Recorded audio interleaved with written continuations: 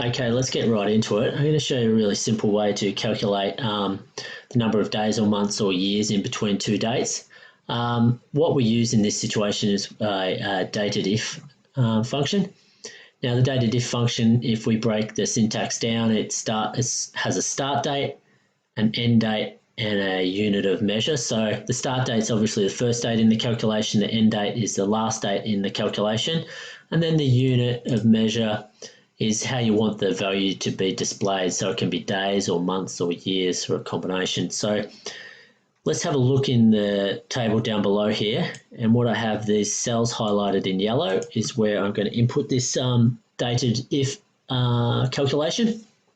And I'm going to run it off the hire date and a return date. So maybe we're hiring something out and we put in the date that it was actually hired and we put in a date that it had been returned. Then we want to calculate how many days that product was actually hired for, which we can then run into a formula that calculates what the cost is. So let's go to equals DATEDIF and open the brackets.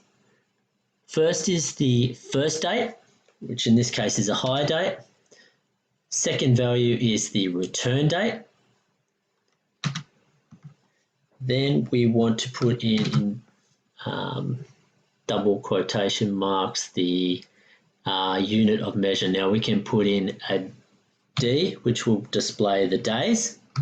We could put in Y for years or M for months, but in this case it's only a few days, so we want to display this in the number of days. So then we close the brackets and we enter. So we can see that that is actually 5 days between the 22nd of December to the 27th.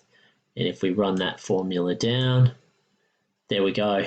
And you can run off some other calculations down here that's going, okay, 5 days by the rate per day, giving you a total value.